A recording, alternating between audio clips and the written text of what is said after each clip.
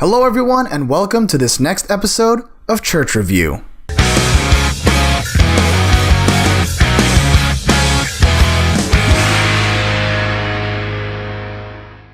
Welcome back everyone. I just want to make a quick reminder for those who are viewing this series, and I want to let you know and to clarify that this Church Review series is to give you information on local churches that I believe are Christ-centered. Obviously, I cannot give you everything and all the information about the church in one visit, but I will say that the churches that I am visiting have a reputation that precedes them, and I've been recommended to go to these places, and therefore I am doing reviews on them. So every church that will be on Church Review are churches within the Bay Area that I think are worth going to. But enough about that, let's get into the church that I visited on April 22nd, 2018. This church has been on my radar for the past 2 years. I have been wanting to go, but prior commitments have had me booked. But the church that I went to on that week was called Reality SF. Some initial thoughts I have. I really liked their individual community groups and Bible study groups.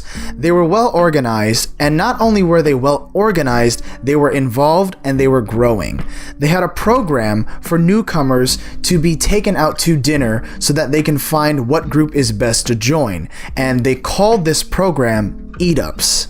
So a specific community group would host any newcomer that would come within the month, and they would take them out to dinner and find out where they live within San Francisco or what group was best for them to join. The thing is, these guys are strictly in San Francisco, so all community groups are within neighborhoods in San Francisco. But let's get into the general details. They have 2 services at 2 locations, which is something to note, and the first service is at 10:30 a.m. at Everett Middle School. The address is 450 Church Street, San Francisco. The second service is at 6:30 p.m. at Dolores Park Church, very close by, and the address is 455 Dolores Street, San Francisco, California. I just want to make a clarification on the next topic that I'm going to talk about, which is population. When I'm talking about population, I don't mean the general overall population, because I'm not accounting the other services that are being held. What I'm actually talking about is the general population within the service. So in the morning service at Everett Middle School, the official capacity of the theater is 812 people, and it is safe for me to say that the amount of people attending were close to 790 to at least 800. Now, I don't normally get overwhelmed by a group of people meeting up for Sunday services, but these guys definitely amazed me and made me appreciate the dedication they have for showing up on just a Sunday service. Their denomination is not specified. They just say that they are a Christ-centered church for San Francisco. So I will assume with the best of intent and honesty that they are non-denominational, which for me is also very nice because they tend to preach mostly about the gospel and Christ, nothing extraneous or anything that will cause any division within its members. And now let's get into worship. The leader at the time, as there is no other specified leader for worship, his name I believe to be is Tyler Madsen.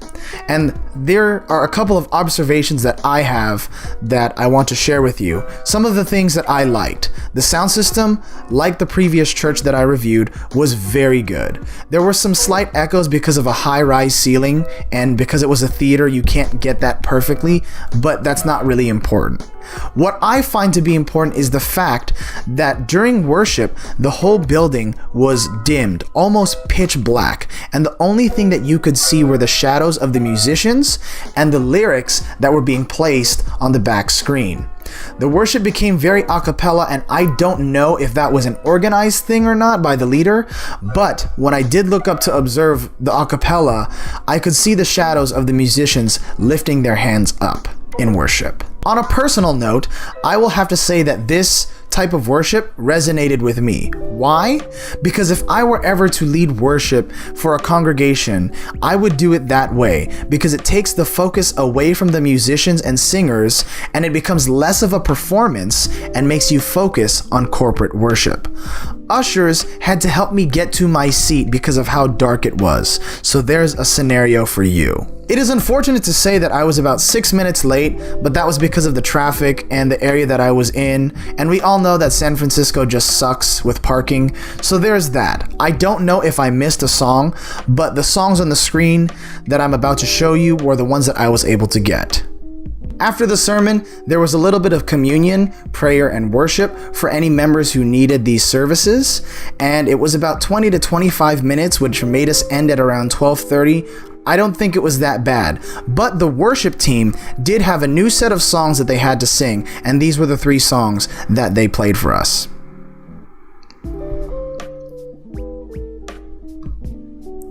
Of these 6 songs, the one that really got me for some reason was All Who Are Thirsty by Cutlass, because I've never actually experienced a worship team play Cutlass as a worship song.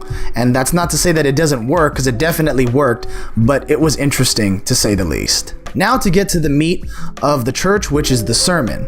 We actually got to hear from the lead pastor, whose name is Dave Lomas, and the sermon title was Sin, Slavery, and What Salvation Looks Like.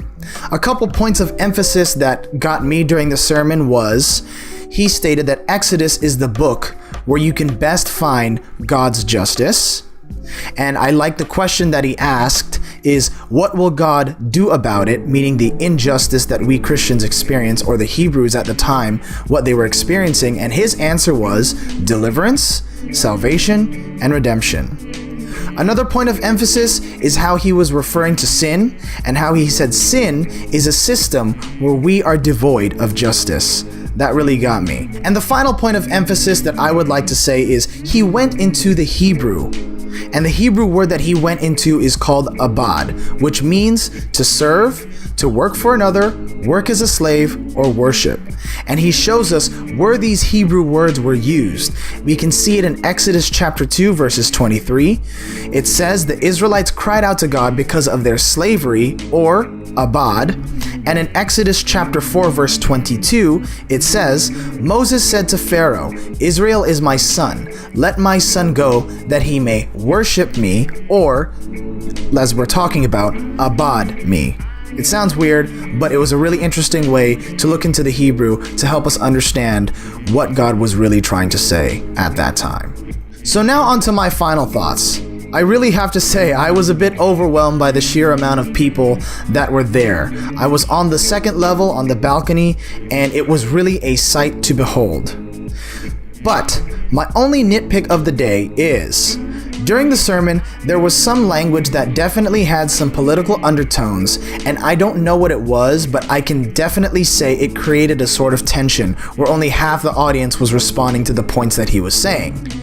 Thankfully, it was only for about 5 minutes, and in fact, I actually can understand why this language was used, because it helped the content of the sermon. But, just to state my opinion, I feel that you could have gotten to the points that you were mentioning without using those specific undertones, but again, it's just nitpicking. At any rate, I finally got to see what Reality SF was about. I enjoyed my time, I felt encouraged, and also in awe of the people that were there. I was happy to see such a vibrant community of Christ-centered followers in San Francisco. And let me tell you, if you ever find yourself going to Reality SF, it's the real deal.